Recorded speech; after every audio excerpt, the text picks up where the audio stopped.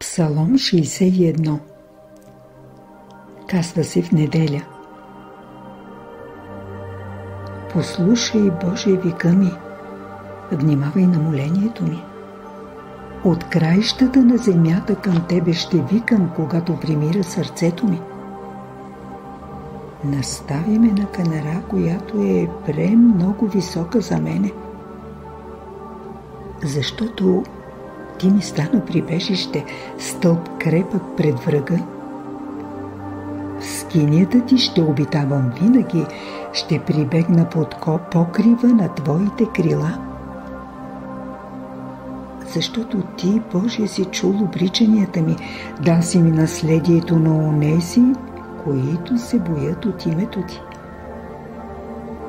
Ще притуриш дни върху дните на царя, годините му в род и род.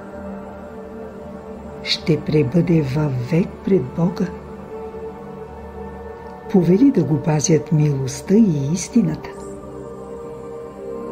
Така ще песнопея винаги на Твоето име, за да изпълнявам обричанията си весь ден.